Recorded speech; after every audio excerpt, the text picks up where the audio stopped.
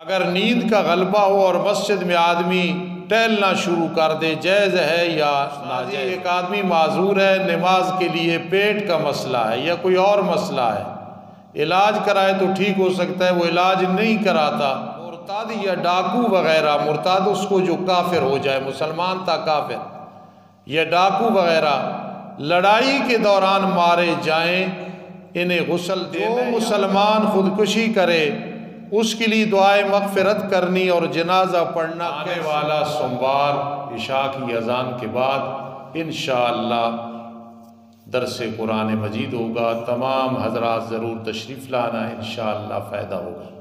और आज इस बच्चे ने इसलिए खुतबा पढ़ा है कि ज़िल-उर-रहमान साहब कहीं जुम्मा पढ़ाने के लिए गए, उनकी जगह था और रहमान साहब ने जुम्मा पढ़ाना था पिछली मस्जिद में, इसलिए मेरे इस अजीज़ बेटे ने बहुत अच्छा खुतबा और जमात कराई है। अगर किसी मखलूत मजलस में काफिर भी बैठे हों, मुसलमान भी बैठे हों, सलाम तो देना है, अब काफिर को देना नहीं, क्या करें? बड़ा आसान जवाब है, तुम कह दो अस्सलामु अलैकुम व रहमतुल्लाह और नीयत कर लो मुसलमानों की, बस। दूसरा जवाब यह है कि अगर हो सके तो इस तरह कह दो अस्सलामु अला मन इत्तबअल हुदा, जो इनमें से हिदायत वाले बैठे हैं मैं उनको सलाम पेश कर रहा हूँ। लेकिन ये कोई पढ़ा लिखा हुआ आलिम या तालिब इल्म कर सकता है, आप अस्सलामु अलैकुम कह दें, उसमें जो मुसलमान हैं उनके लिए आप सलाम कर रहे हैं, दूसरों की नीयत नहीं कर रहे।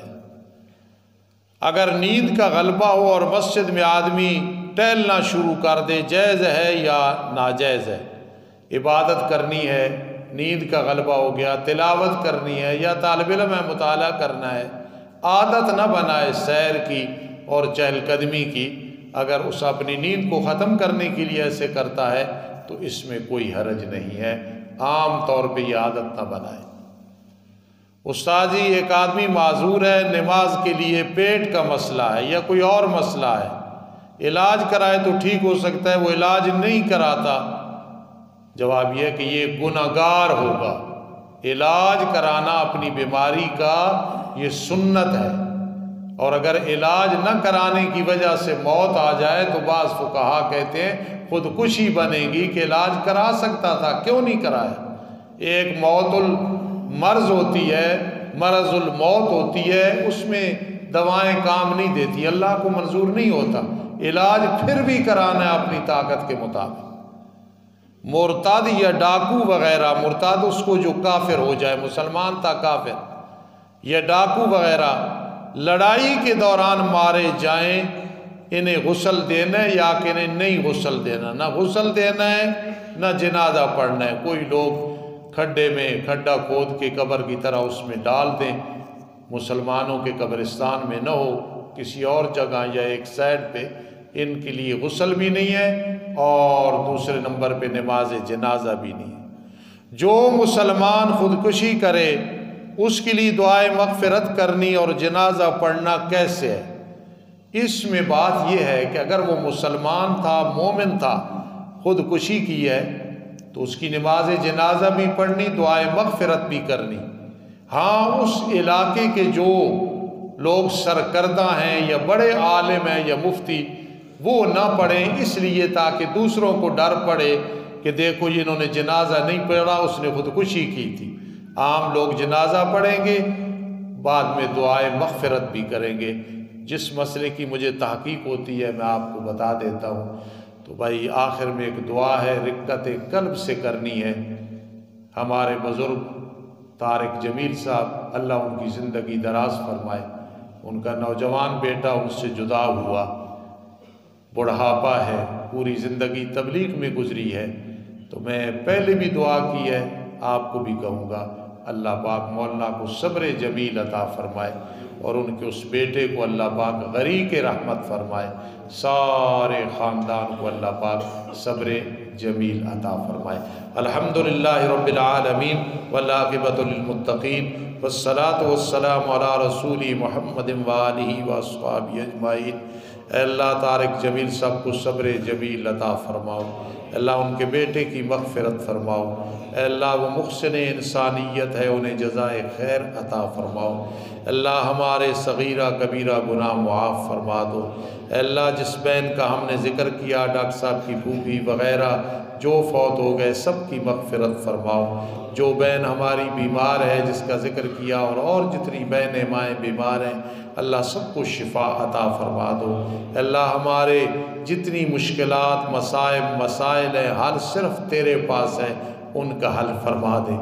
अल्लाह हमारा इस वक्त सबसे बड़ा मसला, सबसे बड़ी मुश्किल, सबसे बड़ी हाजत, सबसे बड़ी ज़रूरत, सबसे बड़ी शर्मिंदगी, सबसे बड़ी परेशानी फ़लस्तीन के हवाले से है।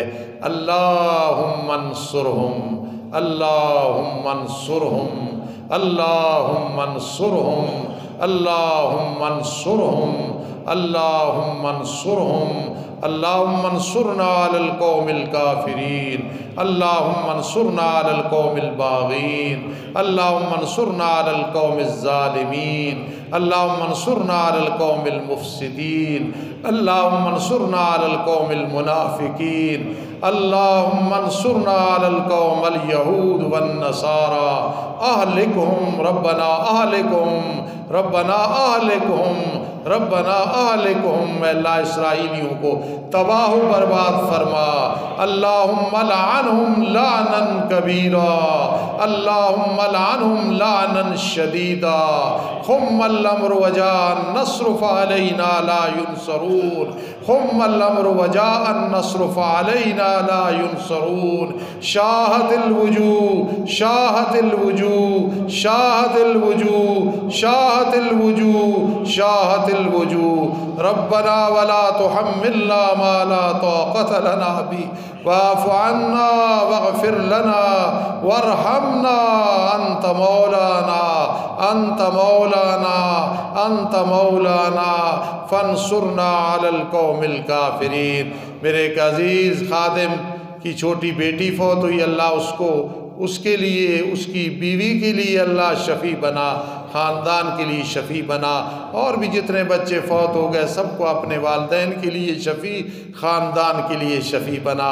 अल्लाह हम कुछ नहीं, कुछ नहीं, कुछ नहीं, बहुत कमज़ोर, बहुत नालायक, बहुत निकम्मे हैं। अल्लाह अपनी रहमत के साथ हमारी बख्शिश फरमा दे, अपनी रहमत के साथ हमारी बख्शिश फरमा दे। जितनी औरतें मर्द बीमार हैं, अल्लाह शिफा दे दे। यहाँ कई ऐसे बैठे हैं जो कई इम्तिहानों में मुब्तला हैं, अल्लाह अपनी रहमत से कामयाब फरमा दे, अल्लाह कामयाब फरमा दे। आमीन या रब्बल आलमीन बिरहमतिका या अरहमर राहिमीन। सुब्हानल्लाहि व बिहम्दिही।